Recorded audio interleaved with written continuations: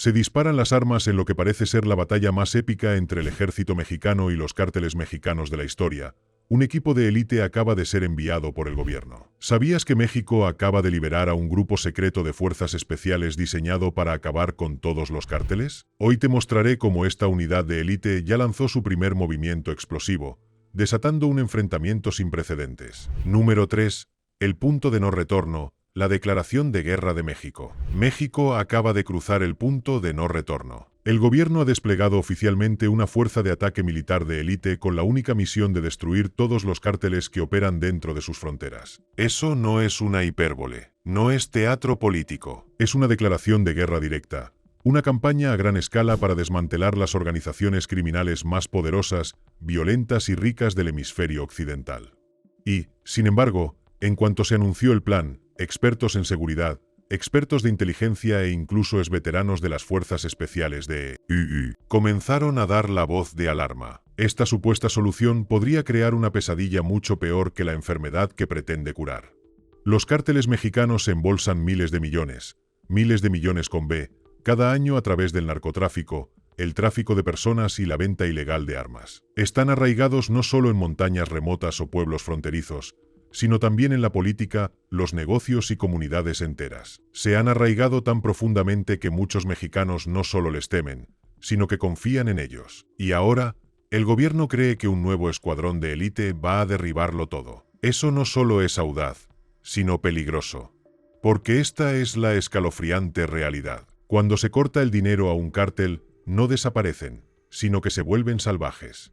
Como advirtió sin rodeos un soldado de las fuerzas especiales, ahora hay 3 o 4 facciones diferentes del cártel que compiten por el siguiente nivel de poder, y hay toneladas de asesinatos y violencia en zonas y ciudades completamente desestabilizadas.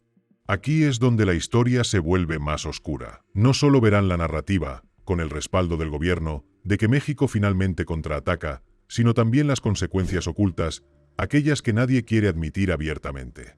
Porque cuando un gobierno envía a sus sicarios mejor entrenados a barrios urbanos contra cárteles armados con armas de uso militar, las verdaderas víctimas no son los capos, sino los civiles, las familias, los niños, ciudades enteras. Las nuevas fuerzas especiales del gobierno siguen el modelo del Plan Colombia, una campaña respaldada por Estados Unidos que dedicó décadas y miles de millones de dólares a desmantelar la guerrilla de las FARC en Sudamérica. Los analistas inmediatamente hicieron la comparación, pero incluso ellos admitieron que era engañosa. ¿Por qué? Porque las FARC eran un grupo insurgente único y unificado. México tiene al menos 10 cárteles que compiten entre sí, cada uno con sus propios ejércitos, fuentes de ingresos y redes políticas. Un experto lo expresó claramente. Hay 10 organizaciones de cárteles diferentes que compiten entre sí. Considero que los cárteles son más bien como las mafias de los años 30 y 40. Así que aquí está la primera verdad sucia. México no lucha contra un solo enemigo, sino que intenta librar una guerra contra 10 simultáneamente. Y a diferencia de Colombia, los cárteles aquí no se esconden en la selva, sino que viven en medio de las ciudades, entrelazados con las economías locales y las fuerzas del orden. No se puede simplemente bombardearlos. No se pueden realizar bombardeos sobre Tijuana sin aniquilar a miles de civiles. Por eso, tras la bravuconería, incluso los analistas militares estadounidenses admiten que esta guerra no se parecerá en nada a Faluya o Afganistán. Como advirtió una fuente, bueno, esto no es Irak en 2006, esto no es Faluya, donde podemos simplemente hacer llamadas a Tijuana o a cualquier otra ciudad, y luego simplemente decir, si no estás fuera mañana al mediodía, todos morirán dentro. Esta es una nación aliada, ¿de acuerdo? Así que las bajas civiles son un factor crucial. Y esa es la terrible contradicción en el centro de toda esta misión. México quiere erradicar los cárteles, pero los cárteles son las comunidades. Son dueños de los concesionarios de autos, las constructoras e incluso de las operaciones de marihuana legal en Estados Unidos. Pagan a la policía local y financian a los políticos. En algunos pueblos, el cártel es literalmente la economía, y desmantelarlo de la noche a la mañana es como arrancarle los cimientos a todo un país. Lo que nos lleva a la segunda verdad sucia, el dinero. Si se eliminan las ganancias del cártel, se crean ejércitos de jóvenes desempleados y furiosos que solo conocen la violencia. Eso no es una teoría, es un hecho histórico. Lo hemos visto en Irak, Afganistán y Colombia. Así que, en lugar de destruir los cárteles, la nueva guerra de México podría acabar creando otros nuevos, más pequeños, más hambrientos, más violentos y más desesperados que el anterior. No piensen ni por un segundo que los cárteles se quedarán de brazos cruzados y dejarán que suceda. La historia muestra exactamente cómo responden. Cuando el ejército mexicano lanzó una guerra abierta contra ellos en 2006, los cárteles respondieron con asesinatos de políticos al estilo terrorista, masacres y oleadas de sangre que dejaron decenas de miles de muertos. No es especulación, es historia documentada. Por eso, la predicción más aterradora de todas es que, una vez más, los cárteles llevarán la lucha directamente a territorio estadounidense. No estamos hablando de violencia distante y abstracta en México. Hablamos de alcaldes estadounidenses, jefes de policía de ciudades fronterizas e incluso familias estadounidenses comunes que se convierten en blanco de los ataques de venganza de los cárteles. Ya hemos visto con qué rapidez adaptan las tácticas de guerrilla, cómo operan en la sombra como ejércitos insurgentes, y ahora les abrimos la puerta para que las desaten dentro de Estados Unidos. Los políticos celebran esta decisión como si México finalmente hubiera encontrado la solución milagrosa. Venden esto como el momento en que los cárteles finalmente encuentran la horma de su zapato. Pero la verdad, esta guerra podría fácilmente convertirse en una de las campañas de contrainsurgencia más sangrientas del siglo XIX, justo en el patio trasero de Estados Unidos. Número 2. La guerra secreta de Estados Unidos. La batalla oculta que ya está en fuego. Si la guerra de México contra los cárteles parece un polvorín, la respuesta de Estados Unidos es la gasolina que se le echa encima. Porque mientras el gobierno mexicano despliega sus fuerzas especiales de élite, Estados Unidos ya libra su propia guerra secreta, una guerra librada mediante deportaciones masivas, fronteras militarizadas y operaciones de inteligencia que difuminan la línea entre el antiterrorismo y el antinarcóticos. Seamos sinceros, Estados Unidos no actúa por caridad. No se trata de salvar a México de sí mismo. Se trata de proteger el territorio estadounidense de la oleada de fentanilo, metanfetamina, heroína y tráfico de personas que cruza la frontera. Se trata del hecho de que cientos de miles de jóvenes estadounidenses mueren por sobredosis cada año, víctimas en una guerra que la mayoría de los políticos ni siquiera llaman guerra. Precisamente por eso, en Washington, se ha venido gestando durante años el impulso de tratar a los cárteles de la misma manera que tratamos a ISIS o Al-Qaeda, como organizaciones terroristas. El presidente Trump llegó incluso a calificarlos de terroristas, advirtiendo públicamente que cualquier ataque contra agentes o soldados estadounidenses provocaría la ira del ejército estadounidense. Como lo expresó en una entrevista el zar fronterizo de Trump, Tom Homan, hoy se escuchó la frontera y se escuchó al soldado. La ira del presidente Trump va a caer. ¿Significa eso que el ejército, nuestras tropas, el ejército estadounidense en la frontera con armas, usará armas si es necesario? Esa declaración no fue solo retórica. Fue una advertencia escalofriante de que Estados Unidos estaba preparado para desplegar su poder militar contra los cárteles de la misma manera que lo ha hecho contra los terroristas en el extranjero. Pero aquí está el problema. En el momento en que se intensifica la represión de los cárteles hasta convertirla en un conflicto militar abierto, Estados Unidos se convierte en un combatiente directo. Y la historia nos muestra exactamente cómo responden los cárteles a eso, con sangre en las calles. Incluso antes de la declaración de Trump, los cárteles ya libraban su propia forma de insurgencia en México. Emboscaron convoys militares, masacraron políticos, desataron guerras urbanas con armas de uso militar y, según informes de inteligencia, sus arsenales son aterradores. Un análisis de 2020 reveló que grupos como el Cártel de Sinaloa y el CJNG poseen no solo fusiles de asalto, sino también lanzagranadas, armas antitanque e incluso drones armados. Un analista los describió con franqueza. A lo largo de los años, han adquirido una amplia gama de armamento moderno, incluyendo fusiles de asalto, lanzagranadas, drones, minas antipersonal, armas antitanque y granadas. Piénsenlo, no son solo pandillas, son ejércitos. Ejércitos asentados a menos de un día de viaje de las ciudades estadounidenses. Por eso, las agencias de inteligencia estadounidenses, la DEA, el FBI, el ICE e incluso la CIA, ya han estado realizando operaciones de infiltración profunda en ambos lados de la frontera. De hecho, algunos expertos admiten que la presencia de inteligencia estadounidense en México es alarmantemente escasa. ¡Qué locura! México es el epicentro de la crisis de drogas en Estados Unidos, y sin embargo, Estados Unidos ni siquiera cuenta con información confiable sobre la ubicación de los líderes de los cárteles, cómo operan sus cadenas de suministro o cuáles podrían ser sus próximos pasos. Esto no es solo un punto ciego, sino una pesadilla para la seguridad nacional. Por eso, las agencias estadounidenses se han visto obligadas a recurrir a su arma más contundente, la deportación masiva. Según el ICE, decenas de miles de afiliados a cárteles, contrabandistas y criminales han sido detenidos en Estados Unidos y devueltos a México. La estrategia es simple: inundar a México con su problema. Pero aquí está el truco. Al deportar a asesinos entrenados, no se resuelve el problema, sino que se refuerza a los cárteles. Incluso Tom Homan, el líder de línea dura en el centro de la maquinaria fronteriza de Trump, admitió que las deportaciones a menudo implicaban liberar a criminales afiliados a los cárteles de vuelta al ecosistema. Ese es el objetivo de la operación, ¿verdad? Pero ¿de dónde provienen los colaterales? Los arrestos colaterales ocurren cuando buscamos al delincuente y encontramos a otros con él.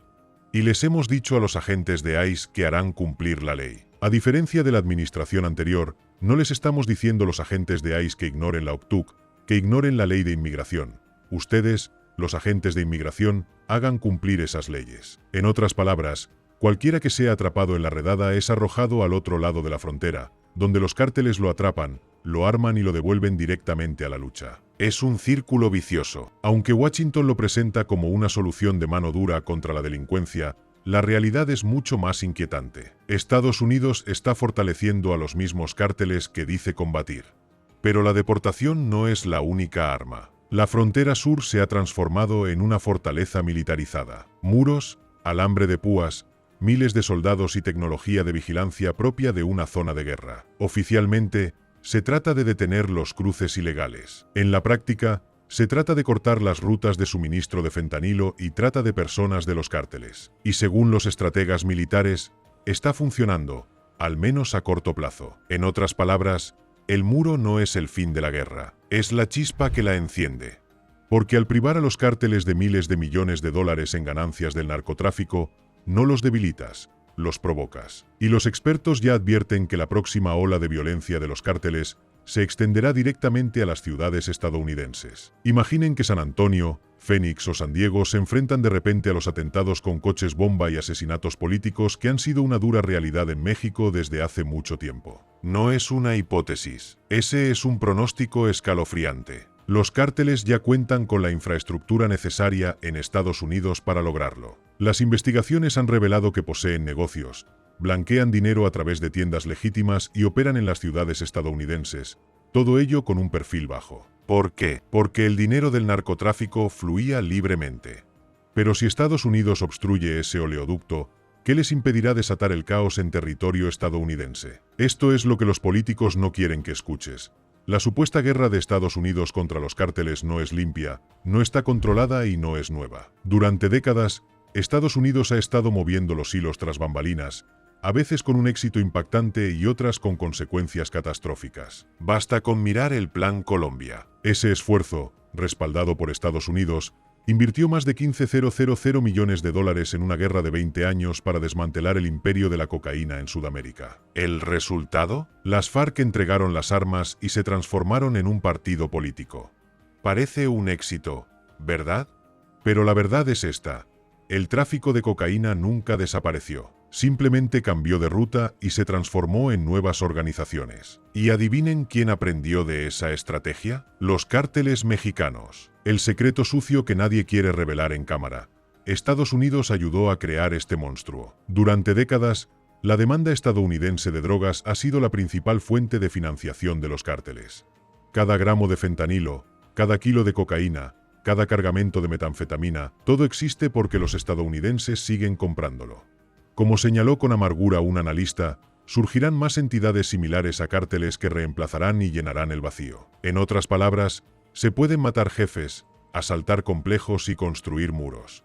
Pero mientras los estadounidenses sigan enganchados, alguien surgirá para llenar el vacío. Por eso, a pesar de décadas de la llamada guerra contra las drogas, los cárteles solo se han vuelto más poderosos, más sofisticados y más letales. ¿Y dónde nos deja esto? Con una ecuación aterradora: Estados Unidos está militarizando la frontera, privando los cárteles de ganancias y deportando a México a los criminales afiliados a ellos, mientras alimenta la demanda que garantiza que los cárteles nunca desaparezcan. Eso no es una estrategia, es la receta para un derramamiento de sangre sin fin. Número 1. Las opciones nucleares. ¿Qué podría funcionar realmente? Tras 2 etapas de caos, derramamiento de sangre y escenarios de pesadilla, quizás se pregunten: ¿existe algo que realmente funcione contra los cárteles? La incómoda respuesta es sí, existen estrategias. pero cada una de ellas conlleva riesgos explosivos. Porque cuando se trata de cárteles, no hay una solución limpia. Así que, dejémonos de vendas y hablemos de las pocas armas que realmente podrían romper su control sobre México, y porque la mayoría de los políticos no tienen el valor de usarlas. Primero, el elefante en la habitación, el dinero. Los cárteles son negocios antes que ejércitos, y los negocios sobreviven gracias a los ingresos. Si les cortas el flujo de dinero, los paralizas. Eso no es teoría, es la realidad. Estados Unidos lo demostró con grupos terroristas como Al-Qaeda e ISIS. Al congelar cuentas, monitorear transferencias bancarias y bloquear rutas de contrabando, redes enteras colapsaron. La misma lógica se aplica aquí. Los cárteles blanquean miles de millones a través de bienes raíces, concesionarios de autos, compañías navieras e incluso negocios legales de cannabis en Estados Unidos. Por eso, los expertos argumentan que el ataque más efectivo no es con armas, sino con contadores. Parece sencillo, ¿verdad? Hay que seguir el rastro del dinero. Pero aquí está el problema. Los cárteles son expertos en ocultar dinero. Usan empresas fantasma, criptomonedas y bancos offshore. Lo distribuyen tan ampliamente entre tantas industrias que eliminarlo requeriría un nivel de transparencia financiera que Estados Unidos ni siquiera impone a sus propios multimillonarios. Esa es la hipocresía que mantiene vivos a los cárteles. Los políticos azotarán los podios hablando de ley y orden, pero no tocarán a los bancos, magnates inmobiliarios ni fachadas corporativas que hacen desaparecer el dinero de los cárteles. ¿Por qué? Porque esas mismas instituciones están ligadas a la política estadounidense. La segunda estrategia, la inteligencia. Y ahora mismo, Estados Unidos admite que está actuando a ciegas en México. Es una locura cuando te das cuenta de que esta es la mayor amenaza a la seguridad nacional que acecha a las puertas de Estados Unidos. Sin inteligencia, cada ataque con drones, cada redada, cada misión de las fuerzas especiales es básicamente disparar a ciegas. Y en México, errar el objetivo no solo significa fracasar, sino masacrar a civiles y darles a los cárteles una victoria propagandística. ¿Qué podría funcionar? Centros de fusión de inteligencia a gran escala, fuerzas de tarea conjuntas de Estados Unidos y México donde se combinen datos de la DEA, la CIA, el FBI y el ejército mexicano en tiempo real. En Colombia, eso fue precisamente lo que permitió a Estados Unidos localizar y matar a Pablo Escobar. Sin esos centros de fusión, Escobar podría seguir gobernando Medellín hoy. Pero aquí está el truco. Los centros de fusión solo funcionan si se puede confiar en el gobierno mexicano. Y, siendo honestos, México está plagado de corrupción. Unidades policiales enteras están en nóminas de cárteles, jueces han sido sobornados, incluso gobernadores y generales han sido descubiertos colaborando con narcotraficantes. Esto significa que toda información de inteligencia compartida corre el riesgo de filtrarse directamente a los cárteles, lo que conduce a la tercera arma, la cooperación internacional. Algunos políticos estadounidenses ya han planteado la opción nuclear, designando anteriormente a los cárteles como organizaciones terroristas. Gracias por vernos.